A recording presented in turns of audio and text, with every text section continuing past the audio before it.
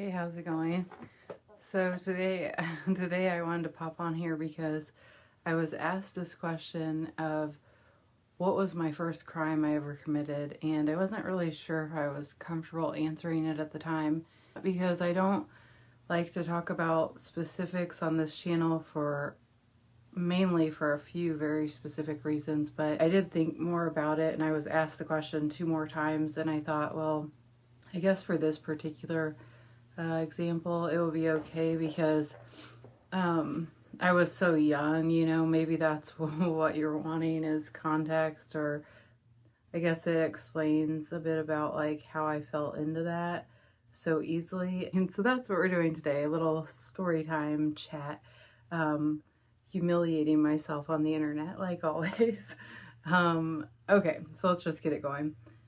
I was 17 years old and I was working, this was one of my first jobs. I was working, a crappy job like we get when we're that young. At least for me, all I seemed to be able to get was just fast food type of work, or in this case, it was like fast food restaurant, but specific to desserts. So only desserts.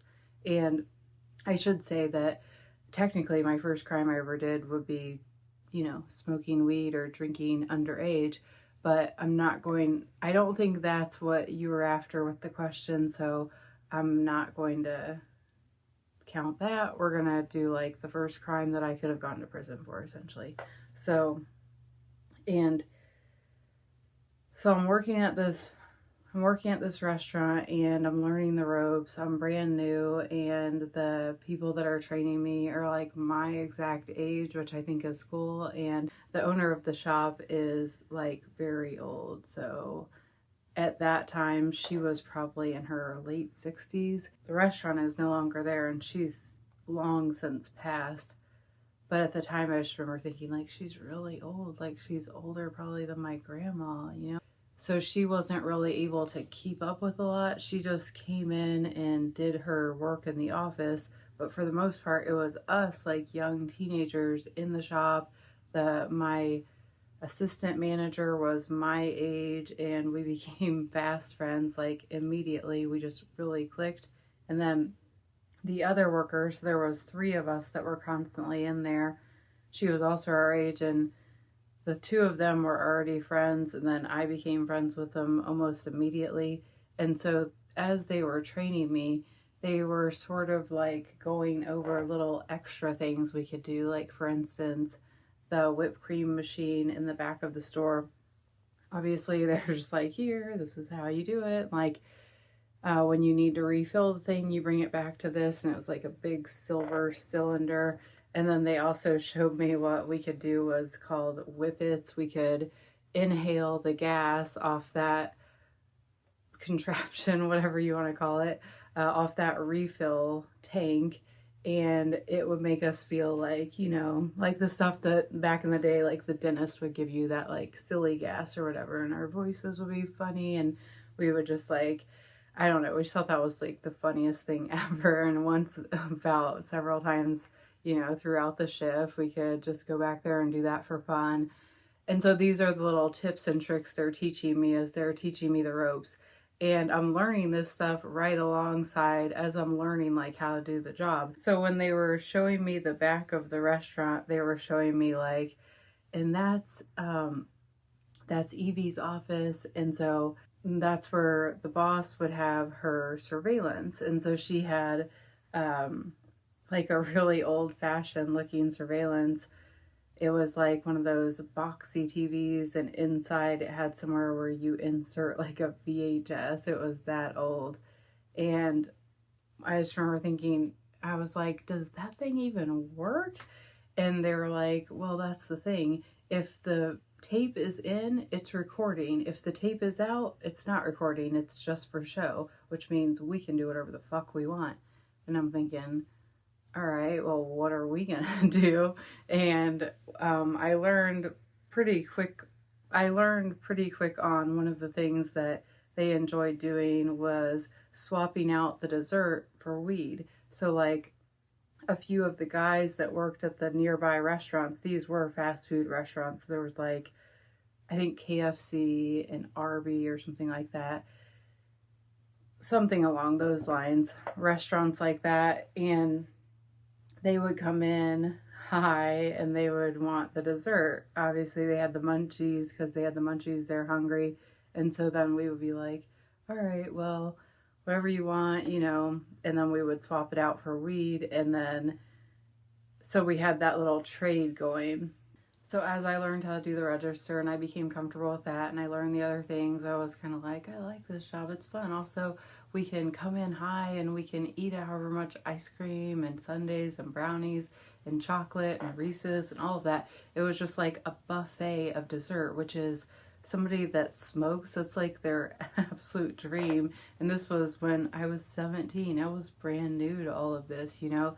I was introduced to cocaine shortly after I got this job, but prior to that, I really was just smoking weed. Like, that was all I was doing, so it was very innocent. And you would think, with the way I was just going for everything they said, you would think I was raised with, like, no standards, no morals. I was actually raised in a very strict house, but it's like, because I was just so rebellious, I didn't want to be anything associated with Catholic. I just wanted to be free and sort of roam and be wild. And so I was open to trying things, even if they were wrong and I knew they were wrong, but they felt new and fresh and exciting and adventurous. And that's what this job felt like, kind of a little place where I can just go mess around and hang out and make some extra money. And I didn't see it as a serious thing at all. And I don't think most people do of their first job. You're just kind of like, what is this? Like, you're going to pay me to do this, this, and this? All right, cool. So I'm pretty much happy with the arrangement. I have pretty low expectations of the job, and it doesn't pay a lot. So this is why trading and doing the little whippets in the back, these are like little perks to me for the job. And so when I got familiar enough with the register, they showed me how to skim it, which just means that I would memorize how much the item cost, the various items on the menu, and I would have to memorize several of them because you would want to do it in like a bigger order. So if somebody came in and they ordered this sundae plus a smoothie or something like that, and I had that memorized, or I could just add it up in my head, then I could push buttons on the register, but not the buttons that were actually ringing up the dessert merchandise accurately. These were kind of buttons that didn't do anything, so it looked to the customer like I was ringing up the order. Then I spit off the amount, like, blah, blah, that's your total. They give me the cash, because most people were paying cash back then. I take the cash and I put it in the register, and then I remember what I had, like what extra I put in there. And because I know the cameras aren't rolling and I know I'm besties, I'm like this with the assistant manager, who's going to close down the shop, then I'm confident that I'm going to get that money at the end of my shift.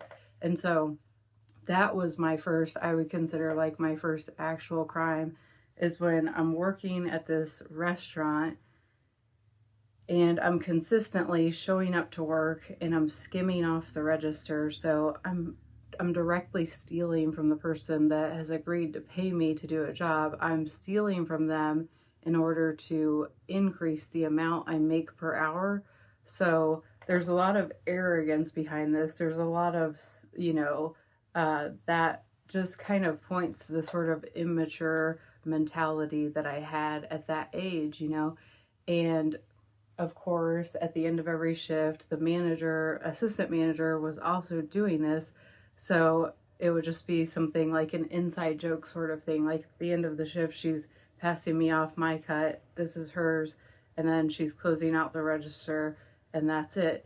And it didn't go on for too long, I will say, because although the owner was old, she wasn't stupid, and she figured out relatively fast, I want to say within like a 2 to 3 week period, that there was a lot of product that was being unaccounted for with both the trades and the register. She just couldn't prove what was going on. So what she figured was we were like scooping too much ice cream, giving too much away, or forgetting to put things in when we were putting it in the register. So I wasn't accused of skimming money off the register, but I was confronted about not doing the job up to the standards that they had hoped, and I was fired. And when I was fired, I was high as hell when I went in, and my, not the owner, but like the manager above the assistant manager, so whatever that manager was called, I probably don't have the titles right, but he was there, and I was kind of like surprised because it usually wasn't anybody but just us hanging out.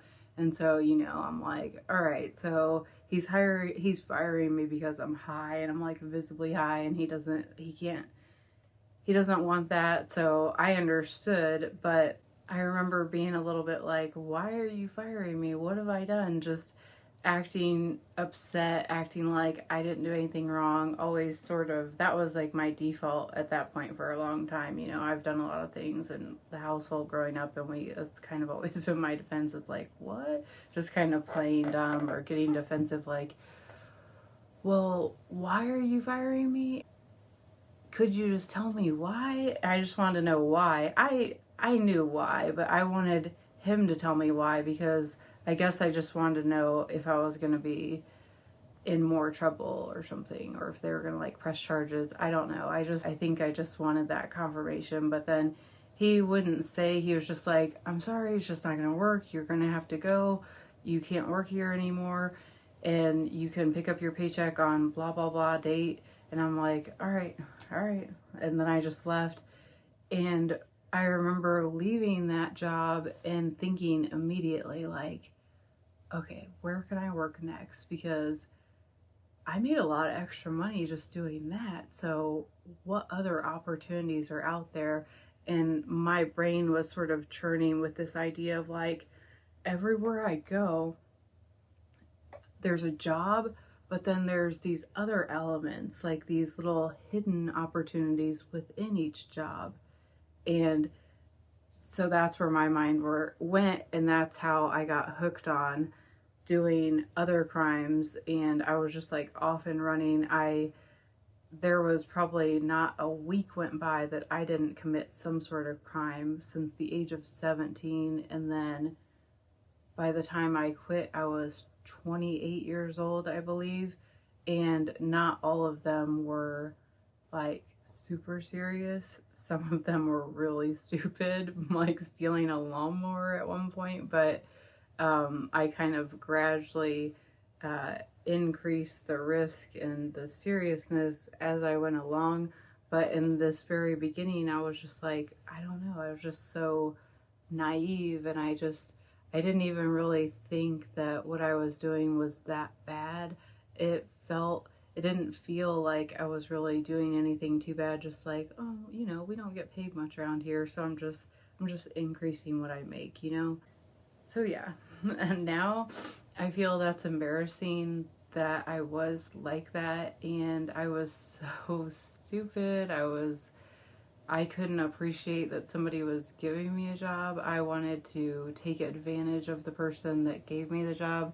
That makes me feel really kind of cringy thinking back on it, and how I was so willing to basically fuck people over that were trying to give me a chance to, like when you get a job, like one of the first things I got was I saved up money to get a car. And then I would save up money to get my first apartment. And so somebody that's employing a young person, they're thinking like they're helping you to get on your feet. And here I am like a poison to the company. Like, you're asking me in, and I'm just going to come in here and sort of slither around and do all these sideways shady behaviors and make the company worse and fuck you over. And you're the one that gave me the job. So that disgusts me about past me. But that is how I got that is the very first like technical crime that I committed. So skimming money off the register. So let's vote on a scale of 1 to 10. How much of an entitled brat was I when I was 17 years old? Here's my vote. It's like that song, how's it go? Like, I'm young, broke, and dumb. I'm young, broke, and dumb, or something like that.